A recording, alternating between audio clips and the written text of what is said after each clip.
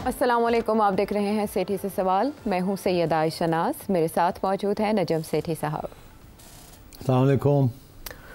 Sir साहब, हस्ब मामूल पाकिस्तानी सियासत और पाकिस्तानी सियासत के अंदर जारी कशमकश, कोई इंटरनेशनल अफेयर्स में नहीं बात हो सकती। आपने कल सीरिया के इशू पर सर हासिल बात किया, वो जैसे डेवलप होता है वहाँ बशार के बाद बशीर साहब के हवाले कर दिए गए और बुरी हुकूमत। तो जैसे डेवलपमेंट्स होंगी, रिच होंगी कुछ, तो फिर जाहिर है हम आपसे गाइडेंस लेंगे। Back to Imran Khan, back to Imran Khan. बल्कि इमरान खान साहब ने जो बैक बजाई है अपने लीडरशिप की, उन्होंने कहा मैं अदम एतमाद नहीं कर रहा, लेकिन ये आप क्या ऐसे लग रहा है जैसे सब कुछ बहुत अच्छा चल रहा है। इस पे मैंने आपका तज्जिया लेना है, क्योंकि कल हम बात कर रहे थे कि मुज़ाकरात की एक नैया चलाई जा रही है पाकिस्तान तहरीक इंसाफ की जानिब से, लेकिन अब जैसे इमरान खान साहब की तरफ से कल मीडिया से गुफ्तगू की गई अडयाला जेल में, उसके बाद से जैसे सारे पीटीआई रहनुमा जो हैं वो यू टर्न ले रहे हैं। वो यू टर्न तो चलो अपनी जगह पर बहुत अहम है, लेकिन जो अरसे से रुकी हुई FIR थी, जिसके लिए बाकायदा इमरान खान साहब ने कमेटी बनाई थी 26 नवंबर की शहादतों पे, हलाकतों पे, 17 दिन के बाद जाके एक क्रिमिनल कंप्लेंट लॉन्च की जाती है जुडिशल मजिस्ट्रेट के रूबरू कोहसार। और ये barrister Gauhar Ali Khan versus 7 to 8 respondents हैं, और जो 8वां है वो है अननोन कल्प्रिट्स। बाकी सब तो शहबाज शरीफ साहब है, मोहसिन नकवी साहब हैं, IG इस्लामाबाद एंड अदर्स। अब सोशल मीडिया के ऊपर इस कंप्लेंट को लेकर ये कहा जा रहा है कि अगर इमरान खान साहब पुश ना करते तो ये भी सामने ना आती है जो इतनी चार्जशीट है, और इस चार्जशीट में जो हलाकतों की तादाद वो 12 बताई गई है, 38 जख्मी बताए गए हैं और 139 लापता बताए गए। अच्छा, लापता के हवाले से भी पहले बहुत बड़े दावे थे। लतीफ़ खोसर साहब ने तो 200 से ऊपर तादाद हलाकतों की बताई थी, शहादतों की, और यहाँ 12 हलाकतें, और ये वही लिख रहे हैं। तो सिर्फ सब ये सवाल यहाँ पर यह है कि क्या FIR दर्ज होगी इस कंप्लेंट के बाद, और फिर मामला आगे बढ़ेगा, किस तरह से बढ़ेगा? 17 दिन के बाद जाके इन्होंने ये एप्लीकेशन दी है, और मेरा ख्याल है ये एप्लीकेशन वो पहली दफ़ा खान साहब के साथ मुलाकात हुई है कुछ अरसे के बाद जी। तो खान साहब ने दिया, इनको सारे सीधे हो गए, लाइन पे आ गए। हालांकि इनका दिल नहीं मानता था अच्छा। कि हमने ये काम नहीं करना, इस्टेब्लिशमेंट के साथ और झड़पें नहीं करनी। अच्छा। इसलिए आपने देखा इसके अंदर उधर कोई इशारा ही नहीं है, सिर्फ सारे इशारे जो हैं वो हुकूमत की तरफ हैं, और फिर जो नामालूम लिख के और आपने आपको फारग कर लिए। हाँ। ये सब सवाल उठा रहे हैं कि आपने थोड़ा सा गुरेज किया उधर जाने से जहाँ पर जलते हैं, क्यों? नहीं, अच्छा किया, अच्छा किया बिकॉज यही तो इशू है। खान कहता है कि उनका नाम लें, पार्टी कहती है नहीं बहुत हो गया, आपने उनका नाम ले लेके हमें इस मोड़ पे खड़ा कर दिया है, नाम इधर के रहे ना उधर के रहे, मायूसी हो चुकी है, पार्टी के अंदर फूट पड़ गई है, और लोग गिरफ्तारियां देने के लिए तैयार नहीं हैं, लोग लॉन्ग मार्चेस करने के लिए तैयार नहीं है, और आपने एक करवाई और उसके बाद भी अब फिर हमें लाशें मिलनी। हमारा ये ख्याल था कि लाशों के साथ हमारा काम चल जाएगा, वो तो उल्टे गले पड़ गई हैं वो लाशें, जिसके साथ हमारा काम क्या गया है वैसे ही गड़बड़ हो गई बहुत। तो कोई फ़ायदा नहीं हुआ और आपकी स्ट्रैटेजी। और अब जब भी हम आपको ये कहते रहे हैं कि जी ये स्ट्रैटेजी नहीं चलेगी, आप आगे से हमेशा एक ही लफ्ज़ कहते हैं, नहीं ये मास्टर स्ट्रोक है, यही है ना, मास्टर स्ट्रोक। बड़ी गेम खेल रहे हैं, बड़ी गेम खेल रहे हैं, वो बड़ी गेम खेलते खेलते अब छोटी गेम से भी महरूम हो गए। तो अब बात ये है कि ये जो ये ऐसे लगता है कि कल सारा दिन बेचारे बैठे रहे हैं। अच्छा। और बैठ के खोसा साहब ने ये बनाया कुछ, इसमें कोई भी पक्की बात कुछ भी नहीं है, जैसे है कि हवाई फायरिंग कर रहे हैं। उन्होंने कहा हम सबूत जमा करने की कोशिश कर रहे हैं, जैसे अवेलेबल होंगे हम आपको। अच्छा, अब ये है कि कम से कम इसमें जी 12 लोगों की शहादत की बात कर रहे हैं जी। ID कार्ड नंबर्स नहीं है, वो ID कार्ड नंबर नहीं है, उनके एड्रेसेस नंबर नहीं है, उनका कुछ पता नहीं है कौन है कौन नहीं है, बस so and so son of so and so, ऐसे लगता है कि वहीं बैठ के कर लिया है। कोई एविडेंस नहीं है इसकी कि कोई ऐसे लोग हैं भी कि नहीं, और ये कौन है, कहाँ से है, एंड सो ऑन। और जो अगला है जो मिसिंग वर्कर्स है, उसका तो इससे भी बुरा हाल है। वो 139 है, वहाँ भी कोई ID कार्ड नंबर नहीं है, कोई कुछ नहीं है, एड्रेस नहीं है, एंड सो ऑन। तो कैसे इनको पता है कि ये लोग मिसिंग हैं? अगर ये पता है कि ये लोग मिसिंग हैं तो ये भी पता होना चाहिए कि उनके ID कार्ड नंबर्स क्या हैं क्या नहीं है। ये कैसे हो सकता है कि you know so and so is missing but you don't know उसका अगला पिछला नहीं आप जानते? तो मतलब है ये रातों रात बैठ के ये बनाया गया है, किसी तरीके के साथ कुछ ना कुछ बना के और पेश किया जाए, और इतने डिले से ये, और वो पता है कि डिले अब इतनी होगी, अब FIR नहीं कटेगी। आमतौर पे ये होता है कि FIR कटती है with in the first 24 hours या 12 आवर्स और व्हाटएवर। अच्छा। फर्स्ट इन्फॉर्मेशन होती है ना जी। उसमें ज़रूरी नहीं होता कि एक्यूरेट हो, और आमतौर पे फर्स्ट इन्फॉर्मेशन में नामालूम लोगों का भी नाम नहीं आता, नामालूम लोगों ने ये अटैक किया, टेररिस्ट किया, ये किया। तो इस दफ़ा तो वो भी नहीं हुआ। तो इसलिए फिर अब इतने दिन के बाद तो फिर ये होता है कि अगर आप FIR कटवाने जाएँ और पुलिस FIR नहीं काटती, फॉर वन रीज़न और अनदर, तो फिर आप अदालत को से रब्ता करते हैं, अदालत को कहते हैं पुलिस को आप ऑर्डर करेंगे ये FIR काटे। तो ये सीधे अब अदालत के पास गए कि उनको पता है कि पुलिस ने तो नहीं काटनी है FIR। अच्छा, अब अदालत क्या इनसे क्या कहेगी अदालत, वी डोंट नो कि क्या वो पुलिस को कहेगी FIR काटें या इनको कहेगी कि और डिटेल लेके आए। और अगर इनको कहा गया कि डिटेल लेके आए तो इनके पास डिटेल नहीं है, इसीलिए तो ये कह रहे हैं जुडिशल कमीशन बनाएं ताकि कुछ शायद और कोई बातें निकल आएँ उससे। तो मैं समझता हूँ दिस इज़ अ बिलेट, मतलब ये वो वाली बात नहीं है देर आया दुरुस्त आया वाली बात नहीं है। अच्छा, ये मतलब देर से आया है और ये मजबूरी के तहत कोई खान साहब ने हार्ड लाइन ली हुई है कि भाई आप लोग तो बिल्कुल लेट गए हैं, अब तो आप कहते हैं कि ना FIR कटवाई आपने और आपका फिगर भी जो है कोई कहता है सैकड़ों की तादाद में लोग मिसिंग हैं और सैकड़ों की तादाद में डेड बॉडीज़ हैं, और उधर से आप खुद तस्लीम कर रहे हैं कि 10-12 ही हैं और वो भी आप पूरे डिटेल नहीं। तो ये मतलब है इस किस्म के सिचुएशन में उन्होंने ये किया है। बट ये मेरा जो पॉइंट है ना अबाउट द PTI, वो प्रूव होता है एवरी डे। मैं कहता हूँ ये पार्टी नहीं है, ये पार्टी जैसे बिहेव करती है ना, जिसकी सेक्रेटेरिएट होती है, ऑर्डर्स आते हैं, एक लाइन ऑफ कमांड होती है, जिम्मेदारी होती है, यहाँ है ही कोई नहीं। यहाँ जितने लीडर्स हैं उतनी लाइंस ऑफ कमांड हैं, कोई एक बात कर रहा है कोई दूसरी बात कर रहा है। अब सलमान राजा के ऊपर बड़ी क्रिटिसिज्म आ रही है सोशल मीडिया के ऊपर कि जी आपने ये क्यों कह दिया 8 हैं या 10 हैं या 12 हैं, आपको क्या पता था, क्या नहीं पता था, कैसे आपने ये कहा। एंड उधर वो खोसा साहब जो है वो 400 से गिरते यही पिटिशन उन्होंने ड्राफ्ट की और उनकी टीम ने ड्राफ्ट की, और इधर ही वो खुद ही कह रहे हैं कि जी 12 से ज़्यादा। सो मतलब है कि इट्स सैड कि खान साहब जो हैं वो उनको पहले तो मेरा ख्याल है पूरी पिक्चर नहीं पता चलती, जो जाता है वो अपने एंगल से उनको अपनी पिक्चर।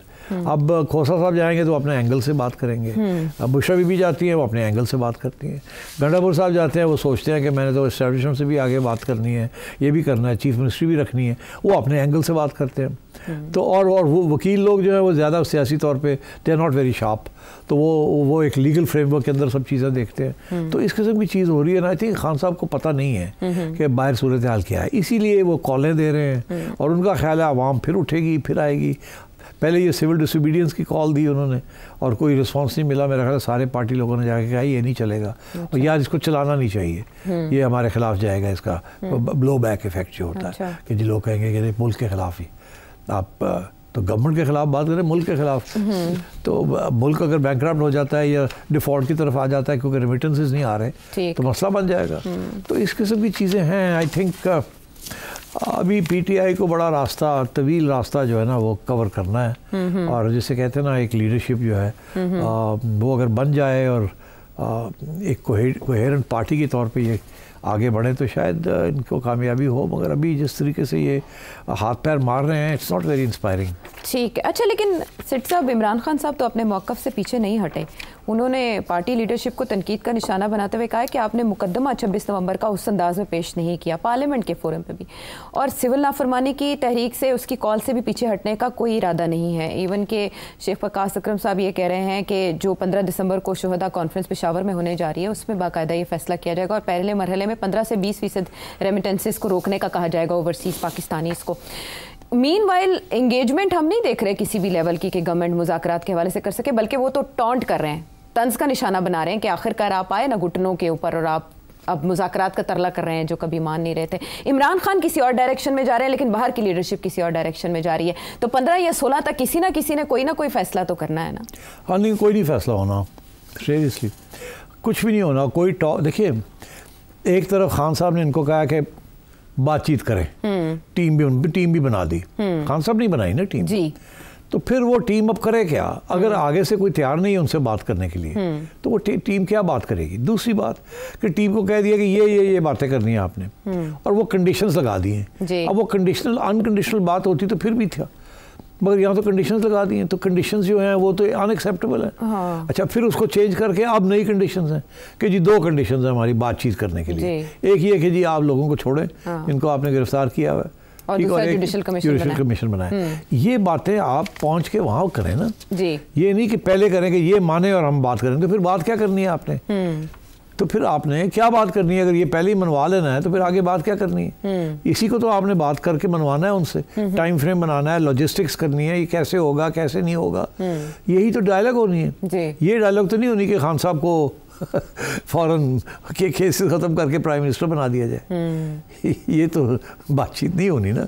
आप चाहें, मगर वो दूसरी तरफ तो ये ऐसी सोच भी नहीं है। वो तो 4 साल डट के बैठे हैं। अच्छा, एक बड़ी जोहरी तब्दीली, माज़र के साथ आपकी बात काटने को, एक बड़ी जोहरी तब्दीली आई रवैयों में। शिबली फराज साहब को हमने बैरिस्टर गौहर को असेंबली के फोरम पर ये कहते हुए सुना, आए आप हमारे भाई हैं, हम इस ऐवान के ज़रिए इंसाफ लेंगे। यानी सब कुछ पार्लियामेंट के ज़रिए करने का इरादा किया गया कि पार्लियामेंट के थ्रू होगा।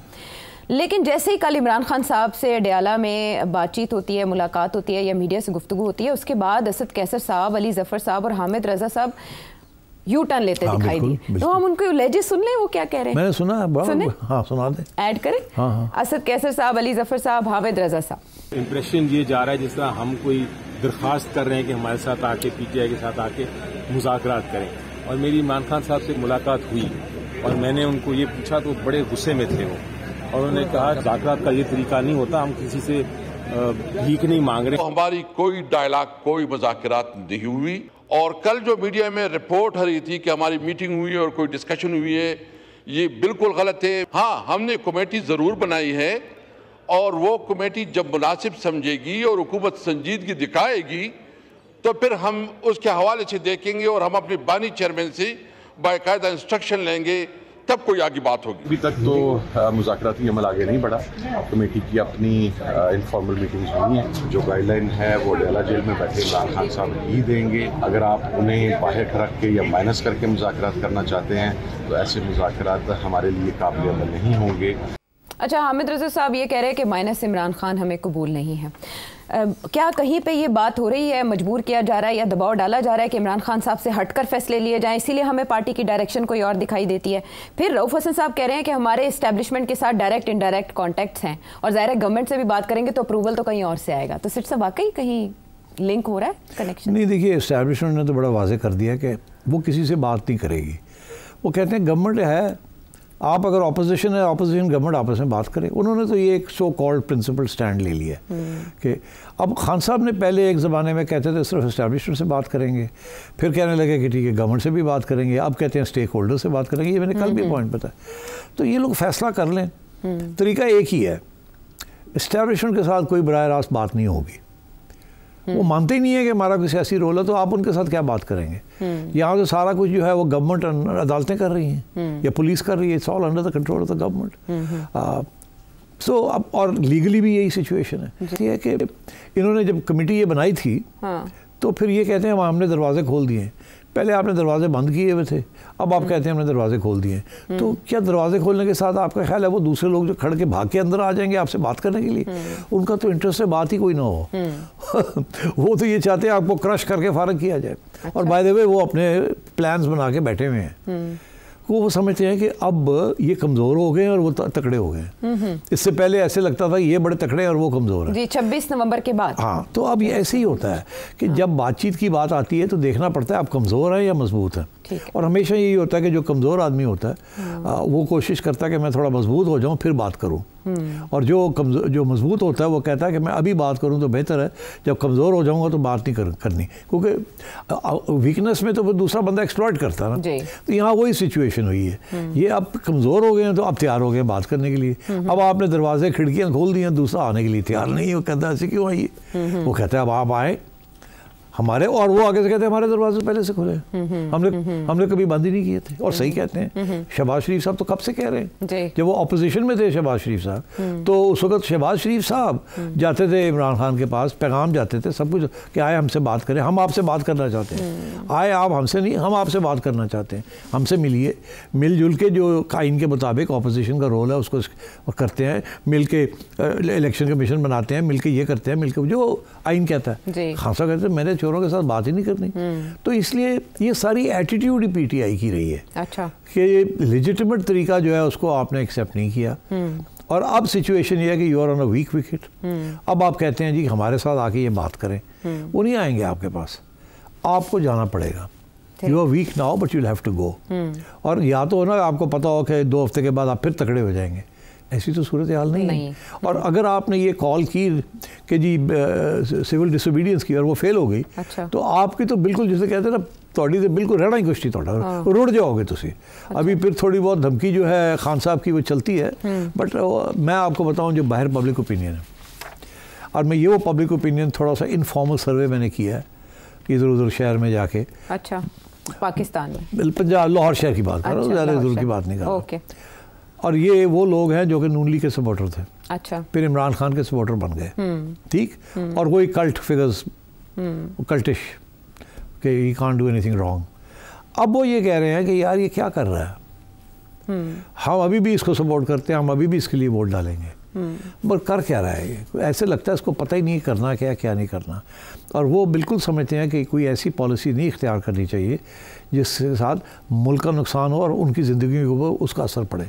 देखिए, अगर मुल्क को तकलीफ़ होती है तो ये हम लोग ही हैं ना जिनके ऊपर वो सफ़र करेंगे, ऐसे ही है ना। तो और फिर पाबंदियाँ लग जाएंगी, ये हो जाएगा वो हो जाएगा। तो वो ये समझते हैं कि खान साहब की स्ट्रैटेजी जो है वो चल नहीं रही है। अच्छा। खान साहब ये समझते हैं कि उनकी बड़ी ब्रिलियंट स्ट्रैटेजी है। अच्छा, कुछ अर्सा पहले 2-3 महीने पहले मैंने भी ये कहा था कि खान की स्ट्रैटेजी बड़ी ज़बरदस्त है और खान जो है ना टॉक फाइट कर रहा है, और यकीन करें उस वक्त इट वॉज लुकिंग गुड। मगर व्हाट वाज मिसिंग, जो कि समझ नहीं आ रही थी कि ये इम्प्लीमेंट कैसे करेगा सक्सेसफुली। ऑन पेपर तो बड़ी ज़बरदस्त स्ट्रैटेजी थी क्योंकि सब खान को फॉलो कर रहे हैं, मगर इनकी जो पार्टी है ना, पार्टी ने बहुत लेट डाउन किया है। पार्टी के जो सपोर्टर्स हैं उन्होंने भी बहुत लेट डाउन किया है। देखिए, यही तो इसीलिए पंजाब और केपी का मसला बन गया है कि पंजाबी नहीं उठे, ठीक। तो इस किस्म की इश्यूज भी अब बन रहे हैं। और पंजाबी लीडरशिप भी जो है वो आपको पता है उसके हिस्टोरिकली बड़े क्लोज रिलेशनशिप्स रही हैं एस्टैब्लिशमेंट के साथ, और सारे ही पंजाब का तो खाता ही है ये तारीख से। तो अब वो बात ये है कि थोड़ी सी लाठीचार्ज हुआ तो अब वो जो गुलबर्ग में लोग निकलते थे वो भी नहीं निकल रहे हैं, वो सब डरे हुए हैं। और तो वो जो क्रैकडाउन किया है, अच्छा, वो केपी में उसका कोई फ़र्क नहीं पड़ा, पंजाब में उसका बड़ा फ़र्क पड़ गया। और बाय द वे ये हिस्टोरिकल है, हिस्टोरिकल रिकॉर्ड आप देख लें कि पंजाबी लड़ते नहीं हैं। पंजाबी बाय एंड लार्ज अगर आप वो सिखों को निकाल दें और वो जो इक्के दुक्के जो हमारे पंजाबी हीरोज़ थे या जो पंजाब में, but by and large Punjab has been कि जी पीस मिले, अमन मिले और कोऑपरेशन हो, और हमने खेती बाड़ी करिए, इसी अपना काम करिए, तो तुसी लड़ाइयाँ करनी तो उधर जाके करो एंड सो ऑन। और उधर जो केपी वाले लोग हैं, पठान से ऑलवेज वेरी मिलिटेंट, फ्रंटियर, ये वो वगैरह, तो वो कैरेक्टरिस्टिक्स अभी भी चल रही हैं। बट मैं समझता हूँ वहाँ भी मायूसी होनी शुरू हो गई है। ये जो आखिरी सिचुएशन हुई है ना कि अब इन्होंने अपने लोगों को प्रोटेक्ट भी नहीं किया और ख़ुद भाग गए, और भागने वाले भी तो उसी एथनिक ग्रुप से थे जिस ग्रुप से बाकी लोग हैं। तो ये this is it's hurting PTI, और पीटीआई का सपोर्टर जो है वो बड़ा मायूस है कि साढ़े लीडर कितने ने, and except for Imran Khan. और by the way Imran Khan की बड़ी तारीफ़ करते हैं, वो कहते हैं देखे साल से ज़्यादा हो गया है, अकेला लेटा हुआ है वहाँ, पड़ा हुआ है, अभी तक नहीं टूटा, अभी तक तकड़ा है, ज़हनी तौर पे कितना स्ट्रॉन्ग है। तो वो जितनी देर उसको अंदर रखा जा रहा है उतना उसके हीरोइक प्रोपोर्शंस बनते जा रहे हैं। वो होता है, आप किसी को जेल में रखेंगे इतनी अरसा और वो टूटेगा नहीं, वो तकड़ा रहेगा, तो वो तो हीरो बनता जाएगा। अगर पहले छोटा हीरो था तो और बड़ा हीरो बनेगा। अभी सिचुएशन यहाँ ये है कि इमरान खान को सारे हीरो मानते हैं अब, और बड़ा हीरो हो गया वो, तो इसलिए उसको फारग करना पॉसिबल नहीं है। मगर उसकी जो सारे जो साथी हैं वो गिरते जा रहे हैं अपने स्टैचर में, आवाम की नज़रों में। मगर खान साहब की जो पॉलिटिकल स्ट्रेटजी है, ज़ाती तौर पे वो कहते हैं बहादुर शख्स है, ज़बरदस्त आदमी है, देखे खड़ा कर दें शहबाज शरीफ को और इमरान खान को, वो लीडर लगता है, वो लीडर ही नहीं लगता, वगैरह वगैरह वगैरह। और वो बातें भी सही हैं। देखे ना, खान गया अमेरिका, चप्पलें पहन के गया, शलवार कुर्ता पहन के गया। अब लोग चीज़ इसको बड़ा पसंद करते हैं, आप लोग आवाज़ पाकिस्तानी नेशनलिज्म, ये वो असी बार टाइयाँ शाइयाँ पा के पहुँच जाने होते, वो कहते यार है कि वो खान ने कहा था ना एक ज़माने में ब्राउन स्किन, क्या ब्राउन साहब, तो वो लोगों को याद है ना कि असी तो चिट्टे लोगों के कपड़े पा के असी समझने असी चिट्टे हो गए हैं, तो वो खान जड़ा है उत्थे तो उत्थे ही जिते खड़ा सी अपना कल्चर। हाँ, तो वो ये चीज़ें छोटी चीज़ें अपील करती हैं, ये अपील करती हैं। अगर और कोई चीज़ ना हो आपके पास तो ऐसी चीज़ें अपील करती हैं। और अगर आपको इतनी कम्प्लेक्सिटी, जितनी सईदा को पता है कि ये हो रहा है वो हो रहा है, लोगों को इतनी बातें नहीं पता होती। वो मोटी मोटी गल पता होती है कि खान जेल ही वो बाकी सारे फजूल लोग ने, वो देखो जी उन्हें की क्या, तो देखो जी वो नहीं गए बाहर, वो बंदा ही कोई नहीं निकले थे जी, और पूछो तुसी क्यों नहीं निकले, ओ जी अस्सी क्यों निकली है, वो सानू को निकालने वाला होवे तो अस्सी निकली है, और नाले वो ही नहीं निकलना चाहते तो अस्सी क्यों निकली है। और खान बड़ा ठीक है। लेकिन सिर साहब ये सपोर्टर्स ये क्यों नहीं देखते कि जो लोग नहीं निकले या जिनसे मायूसी भी है वो भी इमरान खान साहब की चॉइस है? तो वो इमरान क्या करे, कहाँ से लेके आएगा लोग बंदा कितने ले आएगा। अच्छा हाँ देखिए ना, इसका मैं मतलब आपको पीटीआई में सिर्फ इमरान खान है? एब्सोल्युटली, पीटीआई में और कोई नहीं है, सब कुछ शरीफ आदमी है, कुछ थोड़ा सा गुंडा है, कुछ थोड़ा सा ये है, कुछ थोड़ा सा। अगर यहाँ वो जो है ना लीडरशिप, वो there is nothing in the PTI. इससे कैसे बात बनेगी? जो एक जेल में बैठा है वही है सारा इनकलाबी और वही चेंज लाना चाहता है। उसका भी तो मसला ये है ना कि उसको समझ नहीं आ रही कि वो इनकलाब लाना चाहता है या जमहूरियत लाना चाहता है। कुछ इनकलाब और जमहूरियत में कोई तल्लुक नहीं है, मैच नहीं है। हाँ, जमहूरियत है कंसेंसस के साथ चलाना, ठीक है, नेगोशिएट करके करना, सियासत करना, ये सब। और इनकलाब तो वो कहते हैं सर पे खड़ा कर देता है सबको और खून खराबा कर देता है। वहाँ कोई मॉरलिटी नहीं होती, कोई प्रिंसिपल्स नहीं होते except the principle of the revolution. अच्छा, तो खान साहब किसी दिन वो इनकलाबी बने हुए होते हैं, किसी दिन वो सियासतदान बनने की कोशिश कर रहे होते हैं। He is confused. तो अब ये कन्फ्यूजन जो है, इसको आप 10 गुना मल्टीप्लाई कर दें तो ये आवाम और उनके लीडर्स तक आ जाती है। अच्छा सिर्फ साहब, हो सकता है इनकलाब से जमहूरियत का रास्ता लेना चाहते हो खान साहब, लेकिन मुझे ब्रेक से पहले अगर आप 2 सवालों के जवाब दे दें। एक तो ये कि रेंजर्स एहलकारों के कत्ल का मुकदमा भी इमरान खान साहब, उनकी अहलिया और पीटीआई लीडरशिप पर दर्ज कर लिया गया है, जो इस 24 नवंबर 26 नवंबर के वाक़यात में जो शहीद हुए। दूसरा, ये जो कंप्लेंट आई है पीटीआई की तरफ से, ये वज़ीर-ए-आज़म और वज़ीर दाखिला के खिलाफ है स्पेसिफिकली, कि उनके खिलाफ मुकदमा दर्ज हो सकते हैं? मुकदमा तो हो सकते हैं दर्ज। अच्छा, आज अदालत ऑर्डर करे कि जी ये FIR बनानी पड़ेगी। ओके, वो तो स्ट्रेट फॉरवर्ड लीगल ऑर्डर होगा। अच्छा, और दूसरी तरफ इमरान खान साहब पर इस तरह से कत्ल का मुकदमा कि उसकी प्लानिंग उन एहलकारों की शहादत की डयाला जेल में की गई, लोग इसे तशबीह दे रहे हैं भुट्टो साहब के खिलाफ कत्ल के मुकदमे से कि आज नहीं तो कल ये बात वहाँ तक जा सकती है। देखिए, ये बातें जो है ना करनी तो नहीं चाहिए। कत्ल की बात और इस किस्म की चीज़ें और डेथ पेनल्टी, ये बातें हमें नहीं करनी चाहिए। अच्छा। ये बड़ी खौफनाक किस्म की सूरत हाल होगी जब ऐसी बातें इस मुल्क में शुरू हो जाएंगी। हम अभी तक भुट्टो साहब के कत्ल को भुगता रहे हैं, कभी ऊपर इधर जाते हैं, कभी इधर जाते हैं, वो भी हमारे गले पड़ा हुआ है। और उसमें कोई अदलिया का रोल भी अच्छा नहीं था।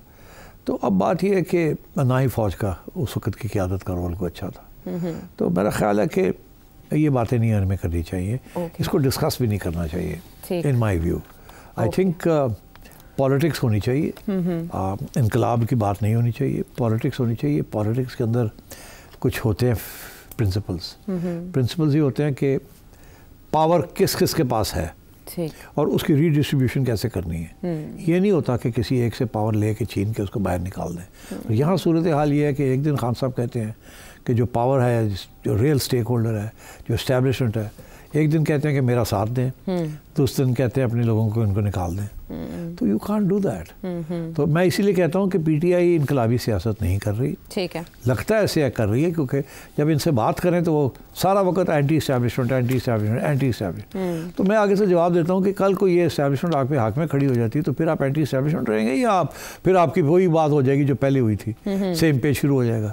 तो क्या आप कोई प्रिंसिपल के ऊपर बात कर रहे हैं कि इस्टेब्लिशमेंट का रोल नहीं होना चाहिए, या ये कि रोल हो मगर हमारे साथ खड़े हो? हाँ, फिर ठीक है। तो फिर चुप हो जाते हैं, जवाब कोई नहीं। तो इसलिए मैं ये समझता हूँ कि अनफॉर्चुनेटली कि ये गेम यही है, किसी तरीके के साथ इस्टेब्लिशमेंट हमारे साथ खड़ी हो और हम फिर मुल्क 10 साल 20 साल करें। ठीक है, तो ये है रिवायती सियासत का ढंग। असल में इससे गैर रिवायती अंदाज नहीं अपनाए जा सकते। बहरहाल इंसाफ की तरफ है सारी निगाहें, क्योंकि कल और परसों का दिन बहुत अहम पाकिस्तान तहरीक इंसाफ को स्ट्रेटजी को अपनाना है या फिर सियासी धारे के साथ चलना है। ब्रेक के बाद वापस आएंगे तो आईनी बेंच का बहुत बड़ा फैसला क्या जाहिर करता है।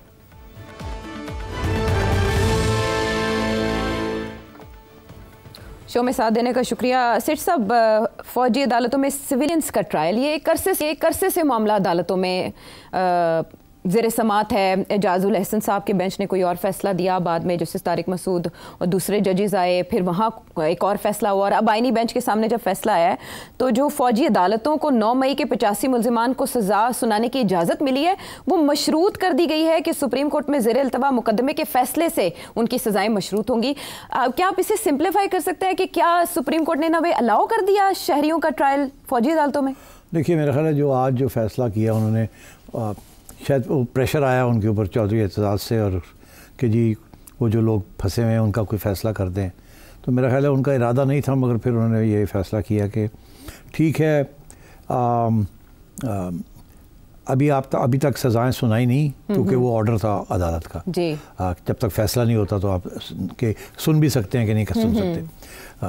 तो वो अब उसकी इन्होंने ये जो कहा है कि जी आप फ़ैसला सुना दें, और जिसको आपने छोड़ना है छोड़ दें, जिसके ऊपर आपने थोड़ी सी नरमी दिखानी है, वो नरमी दिखा दें जी। और नरमी दिखा के या छोड़ दें या सज़ा जो भी देनी है वो दे दें, और फिर जेल मुंतकिल और बाकी लोग जो है सबको जेल में डाल दें, और ताकि वो जुडिशल रिमांड में चले जाएं और एज कॉन्विक्ट्स। अच्छा, फिर हम उनके केस सुनेंगे, और वो उस वक्त सुनेंगे पहली स्टेज पे कि क्या आप कर भी सकते थे ये कि नहीं। वो जो मेन इशू है ना कि जी क्या military civilians can be tried in a military court और नॉट, ये इशू जो है कि इसके बारे में फिर हम बाद में फैसला करेंगे। मगर अभी उन्होंने ये कहा कि आप थोड़ी सी थोड़ी सी रिलैक्स करें इस चीज़ को। अच्छा, मैं समझता हूँ, मुझे इससे कुछ समझ आ रही है कि फ़ैसला किस किस्म का होने जा रहा है। मैं समझता हूँ कि फ़ैसला ये आएगा कि मिलिट्री अदालतें जायज़ हैं, सिर्फ मिलिट्री लोगों के लिए नहीं, सिविलियंस के लिए भी। अच्छा, मगर उसके लिए दो किस्म की चीज़ें डिफ़ाइन करनी पड़ेंगी। जो सिविलियंस जो कि क्राइम कमिट करते हैं वो बड़े वाज़े होनी चाहिए किस किस्म का चार्ज है, और क्या वो मिलिट्री के एम्बिट के अंदर आता है कि नहीं आता। ओके, तो इसलिए कि और जो प्रोसीजर अडॉप्ट किया जाएगा उनको ट्रायल करने का, वो भी देखना है कि वो सही प्रोसीजर फॉलो हो रहा है या नहीं फॉलो हो रहा। अच्छा, तो ये होगा, इसका जो नतीजा निकलेगा वो ये निकलेगा कि वो कहेंगे कि सिविलियंस जो हैं वो मिलिट्री कोर्ट्स में ट्रायल हो सकती है। अच्छा, ठीक, हो सकती है, मगर ये शराइत पूरी करे और आप कर लें। और अगर ये शराइत पूरी नहीं होती तो वो फिर चैलेंज हो जाएगा हमारे आगे, और हम फिर उसके अंदर मुदाखलत करेंगे। तो मतलब ये है कि कुछ डिस्टिंक्शंस क्रिएट कर देंगे। There has to be concrete chargesheet, और वो फिर अदालतें फ़ैसला करेंगी कि हाँ ये बंदे हैं, इसके ऊपर जो चार्जशीट लगी है और जो समझ आ रही है कि ये बंदा कर सकता था या ऐसे है, ये प्रीमा फाशी ठीक है, इसको आप मिलिट्री कोर्ट में कर ले, हम नहीं मुदाखलत करेंगे। और ये जो आप लोग ले गए इनको, ये ऐसे लगता है कि ये उस खाते में नहीं आता, तो इसलिए इनको जो है आप मिलिट्री कोर्ट में ना ट्राई करें। अच्छा, या ये कि इनके जो केसेस हैं वो हम रिव्यू कर लेंगे बाद में, और उनके हम नहीं करेंगे।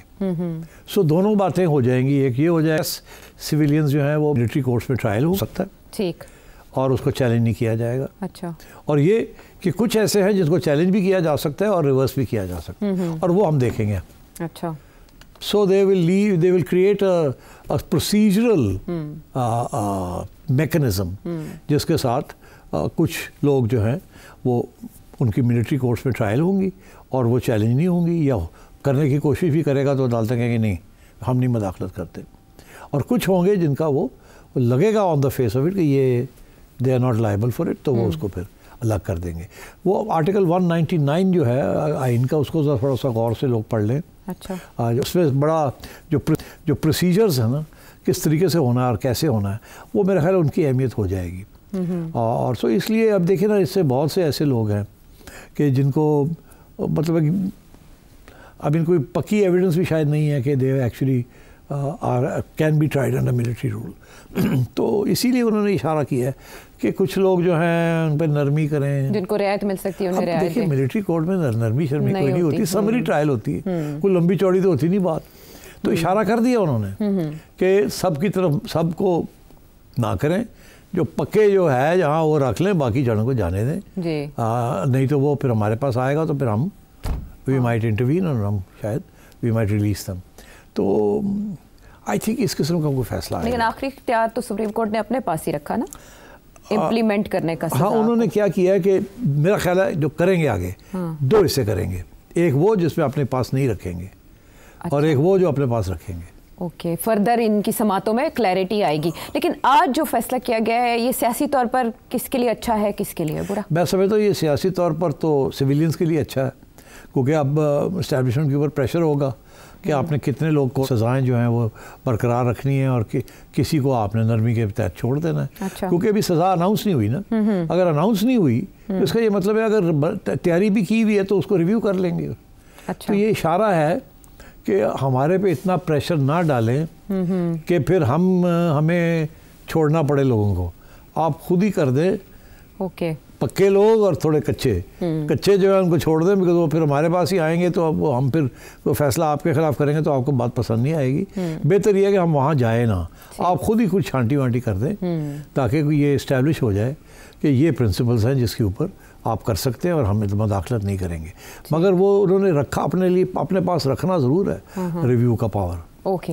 तो ये क्या इमरान खान साहब के मिलिट्री ट्रायल की तरफ भी इसका कोई पहलू जाएगा जो आप कह रहे हैं कि स्टेज पर फैसला हो? देखिए वो बिल्कुल जा सकता है कि अगर इन्होंने वो केस बनाना है कि it was 9th May was a big conspiracy और it was against the army and within the army and outside the army and it was like a treason or subversion or sedition and violation of army rules, तो फिर तो definitely because अगर you are an army person and I am not और मैं आपके साथ मिल जाता हूँ to violate army rules तो फिर मैं भी आ जाता हूँ उसी जद में आ जाते हैं, उसी डिसिप्लिन में आ जाते हैं। ये क्वेश्चन आज डिस्कस हुआ बाकायदा अदालत में कि आप आगे भी इसी चीज़ को करेंगे वो। तो इसीलिए देखिए अगर फैज़ हमीद किसी के साथ राब्ते में था तो वो कह रहे हैं ना जी 10, 15, 20, 30, 50 लोग जी, तो आपने तो 200 पकड़े हुए हैं। तो बाकी बेचारों को तो पता भी नहीं था, वो तो शायद जज्बे में आके कुछ कर गए, तो कोई साजिश नहीं थी, उसे सेडिशन नहीं कहा जा सकता। अच्छा। हाँ, उसे प्रोटेस्ट कहा जा सकता है। तो आई थिंक इस किस्म की वो बारीकियाँ ढूंढ रहे हैं।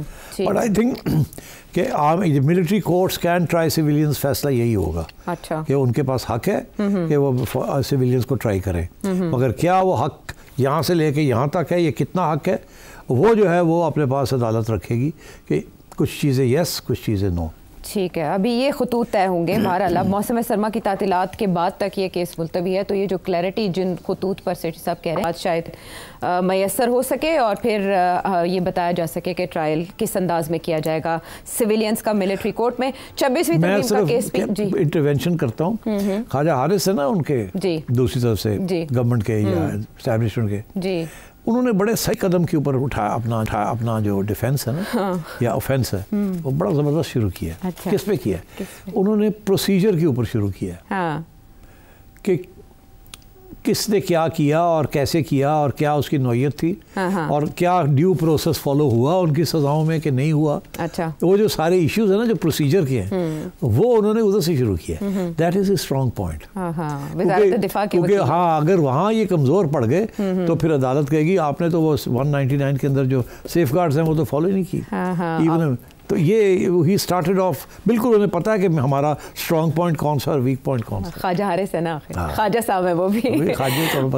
बहरहाल अब सब जो विंटर वेकेशंस हैं उसके बाद आईनी बेंच फिर ये भी कहा जा रहा है कि 26वीं तरमीम का केस दूसरे हफ्ते में सुनेंगे। मीनवाइल जो आईनी बेंच की मुद्दत है 2 माह की, शायद वो भी ख़त्म हो जाए और उसके बाद आईनी बेंच की नई तश्कील होगी, यही बेंच कंटिन्यू करेगा। बहुत से सवालात अभी बाकी हैं और हवा में हैं, क्लैरिटी आएगी जनवरी में और भी बहुत कुछ होने जा रहा है। बहरहाल अब आपके सवाल होंगे एक ब्रेक के बाद।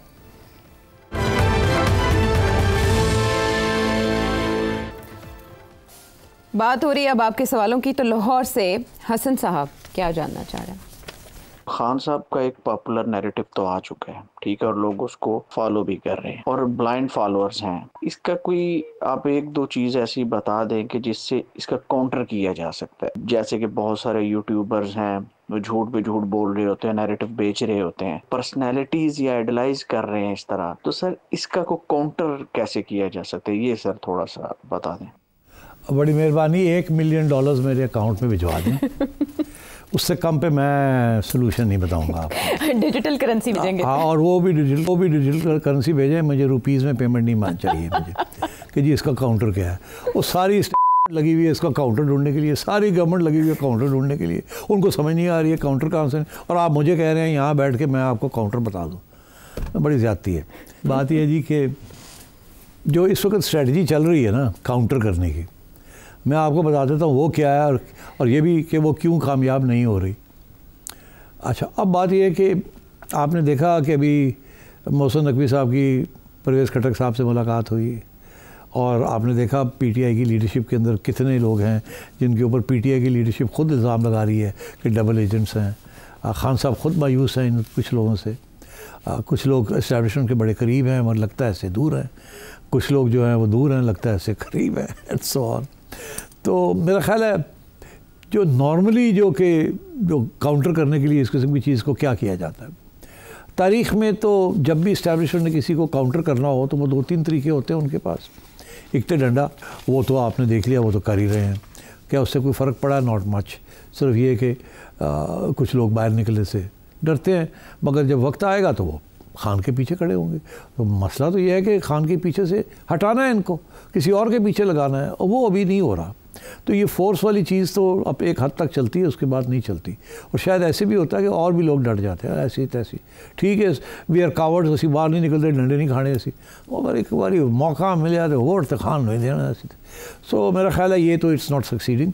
ये शॉर्ट टर्म में सक्सीड करती है कि जी एक धरना होता है या नहीं होता, मगर लॉन्ग टर्म में, और लॉन्ग टर्म में सपोर्ट बेस है सपोर्ट बेस, तो इसलिए वो तो वहाँ तो काउंटर नहीं चल रहा। दूसरा हमेशा ये हुआ है कि उन्होंने कोशिश की कि पार्टी को डिवाइड कर दिया जाए। ये डिवाइड एंड रूल वाली भी फ़लसफ़ा जो है बड़ा पुराना फ़लसफ़ा है, गोरों के ज़माने से चलता आ रहा है डिवाइड एंड रूल, और वो अभी भी चल रहा है डिवाइड एंड रूल के। और उसमें क्या होता है कि जी एक पार्टी का फॉरवर्ड ब्लॉक बन जाता है, कोई इधर हो जाता है, कोई उधर हो जाते हैं। वो पीपीपी की पहले वो पीपीपी 4 पीपीपीज़ बन गई, फिर वो जो ओरिजिनल पीपी थी वो कोई और ले गया, रजिस्टर करा लिया, एंड सो ऑन। नून की आपने देखा पहले कयूम लीग थी, फिर फ़लानी लीग थी, फिर फ़लानी लीग थी, फिर आखिर में आके नवाज़ लीग बन गई, और अभी भी वो पुरानी लीगें इधर उधर घूम रही हैं, एंड सो ऑन। तो ये भी एक स्ट्रेटजी होती है कि पार्टी को कमज़ोर करके उसका सपोर्ट बेस को डिवाइड किया जाए, रूल किया जाए। अब वो भी करने की कोशिश की जा रही है, मगर क्या अवाम is not leaving Imran Khan, तो वो भी कामयाब नहीं हो रही।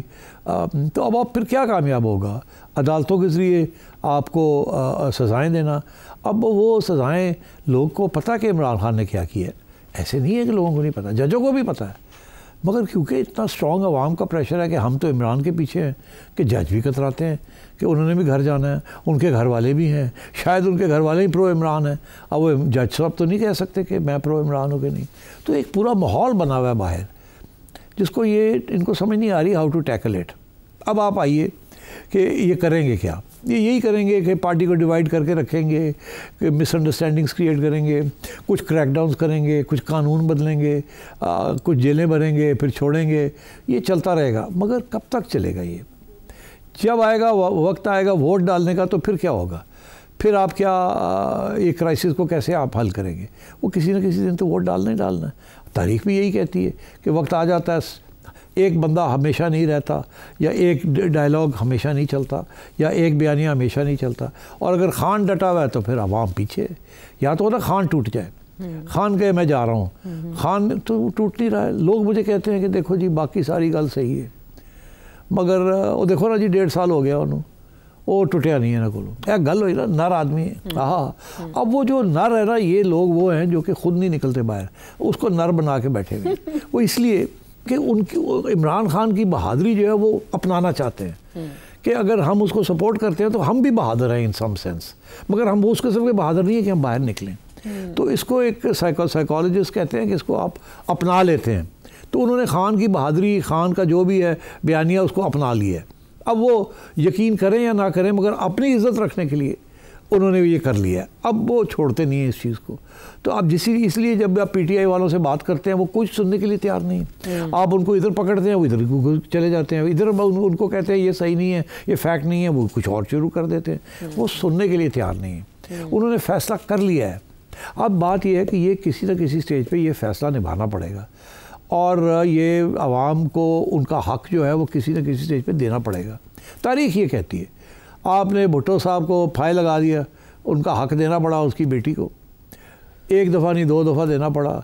आपने नवाज शरीफ साहब को फ़ारग कर दिया, फिर अवाम मियाँ के साथ थी तो देना पड़ा। अब जब अवाम मियाँ के साथ नहीं है तो मियाँ भी फ़ारग हो गए, एंड सो ऑन। तो अब बात यह है कि इस वक्त अवाम इमरान के साथ है। अब वो कौन सी अवाम है, कितनी अवाम है? KP की अवाम है, पंजाब की अवाम है, बलूचिस्तान तो खैर नाइदर है नो देर, वो अपना ही खाता, उनका खुला हुआ tribal.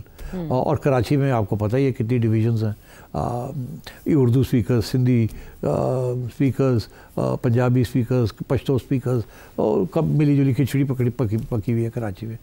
But Punjab and KP majority, Punjab and KP 70%, 80%, 70%। तो वो जो ले जाता है पंजाब KP वो गवर्नमेंट बना लेता है, अल्लाह खैर सला। और so this is way we are now. अब इशू यही बनेगा, आज खान साहब सामने आए, आके कहें कि जी बयान दें, मैं तैयार हूँ टू एक्सेप्ट ये जो कुछ हुआ गलत हुआ, मगर मैं इसको मानता हूँ कि इसको चलाना पड़ेगा for the sake of the country. मेरे साथ ज़्यादती की गई, मगर मैं वो भी कौड़ा कोट करने तैयार हाँ। चलो जी अगे आओ, मुल्क वास्ते हुण दसो इलैक्शन कितों कराने जे, और मैंने दसो किस तरह फ्री एंड फेयर होंगे। और मैं ये वादा करता हूँ कि कोई इंतकामी कार्रवाई नहीं होगी। इनफैक्ट आप कानून आपके साथ मिल के बना लेंगे ताकि इंतकामी कार्रवाई ना हो, और जुडिशरी को और स्ट्रॉन्ग करेंगे ताकि कल को अगर मैं कोई गड़बड़ करूँ तो वो जुडिशरी अपने पाँव पे खड़ी रहे। कोई इस किस्म की बात करे ना, आगे आके रास्ता बनाए ना, फिर मुश्किल हो जाएगी इस गवर्नमेंट के लिए उसको डिनाई करना।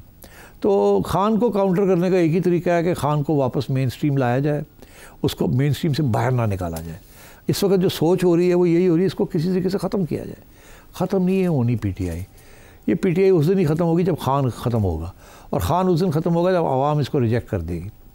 अभी खान को रिजेक्ट करने के मूड में नहीं है आवाम। आप इलेक्शन करा लेते, जब इमरान को निकाला था तो आवाम ने इसको रिजेक्ट कर दिया था, मगर आपने वो चांस मिस कर दी। उसके बाद आपने जिस किस्म की इकोनॉमिक पॉलिसीज़ फॉलो की हैं, आवाम आपको माफ़ करने के लिए तैयार नहीं है। अब कोई फ़ायदा नहीं है ये कहना कि अब 4% पे इन्फ्लेशन आ गई है, अब मईशत फिर चल गई है। इससे आवाम दे डोंट वो कह नहीं है, छठो पर नायदा है ना दे, हमने जो हमारे साथ जो हुआ है वो अब कैसे भूल सकते हैं। और एक्चुअली रियल इनकम्स आवाम की तो गिरी है ना, with all this inflation and all this price rises. So ठीक है, अब आपका अब आगे और नहीं इतनी बुरी हालत होगी, मगर जो हो चुकी है उसको आप क्या करेंगे।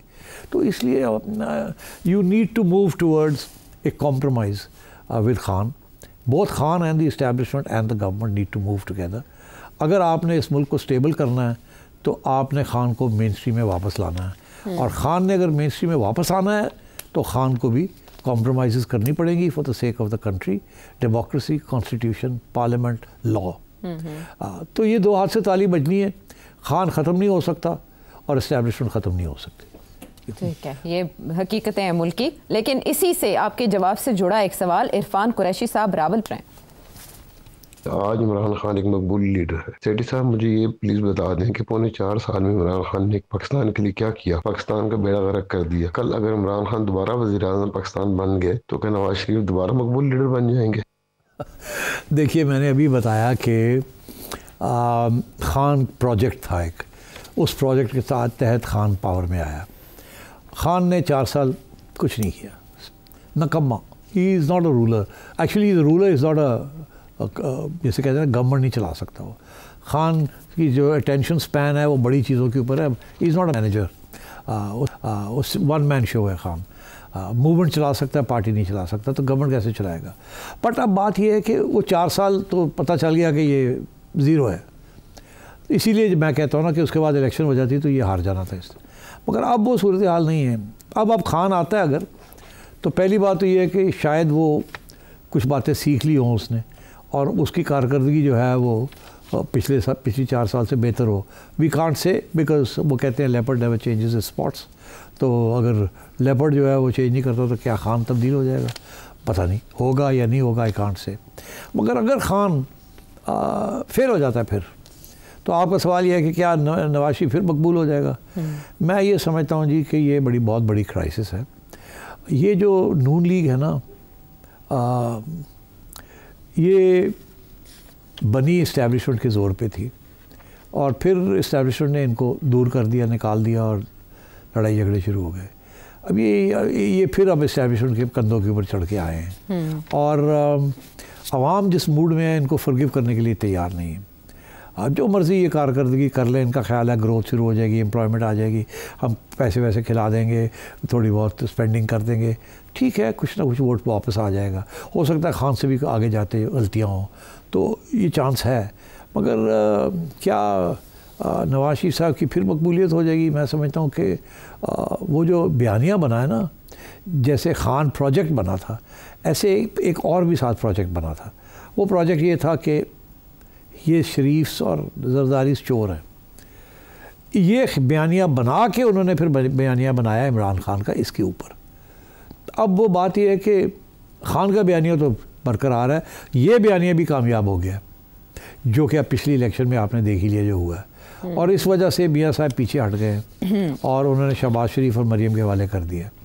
मेरा ख्याल है ये शहबाज शरीफ साहब की आखिरी स्टेंट, पहली और आखिरी स्टेंट है एज प्राइम मिनिस्टर, और मेरा ख्याल है मियाँ नवाज शरीफ साहब फिर प्राइम मिनिस्टर नहीं बनेंगे। मरीम का चांस है कि अगर इस फैमिली ने सियासत करनी है तो फिर देखना होगा कि मरीम कैसे सियासत करती है, बिकॉज़ आफ्टर ऑल इन्होंने 3 दहाइयों से ज़्यादा इन्होंने सियासत की है और कंस्टिट्यूंसीज़ बनाई हैं और सपोर्टर्स बनाए हैं। तो हो सकता है कि खान से कुछ गलतियाँ हों जिसकी वजह से थोड़ी बहुत रिवाइवल हो जाए नून लीग की, और उस रिवाइवल के अंदर अगर कोई मेन बेनिफिशरी होगा तो वो मरीम होंगी, क्योंकि मरीम जब से चीफ़ मिनिस्टर बनी है, मरीम ने 2 बातें दिखाई हैं आपको। एक ये बहादुर खातून है, खान भी बहादुर है, ये भी खातून बड़ी बहादुर है, ये भागने वाली नहीं है, ये छोड़ के इधर जाने वाली नहीं है, जेलें भी काट ली हैं इसने। तो एक तो ये है कि ये इसमें फ़र्क है फ्रॉम दी अदर्स। दूसरी चीज़ ये है कि इन्होंने अभी तक, अब साल हो गया she is been chief minister, कोई गलत कदम नहीं उठाया, कोई ऐसी चीज़ नहीं की जो कि इनके ऊपर दाग लग गया हो किसी किस्म का। तो इसका ये मतलब है कि अगर ऐसे ही इन्होंने कारकर्दगी की तो इनकी बिल्कुल छोटी मोटी कंस्टिट्यूंसी बन जाएगी पंजाब के अंदर। और अभी तो पहला साल है, अगर 3-4 साल इनको और मिल गए, 3 साल, तो हो सकता है अपनी कारकर्दगी के बेसिस के ऊपर ये अपनी कंस्टिट्यूंसी भी यहाँ बना लें। बिकॉज पेट्रनेज जो होती है ना, वो बहुत इंपॉर्टेंट है पॉलिटिक्स के अंदर। अभी पॉलिटिक्स ऑफ पेट्रनेज पंजाब में शुरू नहीं हुई, ठीक है, क्योंकि अभी मेरिट के ऊपर काम हो रहा है और दूसरे तरीके से काम हो रहा है, सिफारिशें नहीं चल रही। मगर ये ऐन मुमकिन है कि जब इलेक्शन का पता चल जाए कि इलेक्शन आ रही है तो फिर ये सारे जो मेरिट बेस्ड पॉलिटिक्स है ये ख़त्म हो जाए और पॉलिटिक्स ऑफ पेट्रनेज शुरू हो जाए, जो कि एक ट्रेडिशनली पंजाब का एक रास्ता है फॉर सक्सेस। ठीक है, सवाल का जवाब मिल गया। क्या हो सकता है, आने वाला वक्त कैसा हो सकता है। मुनीब लाहौर से, इरफान भट्ट कनाडा से, बहुत पर्टिनेंट क्वेश्चंस थे। मुनीब साहब तो एक मिसाल देते हुए कह रहे थे सोशल मीडिया का तोड़ कैसे मुमकिन है। बहरहाल आने वाले प्रोग्राम्स में आपके सवाल ज़रूर शामिल करेंगे। अगले प्रोग्राम तक के लिए लाने के बाद।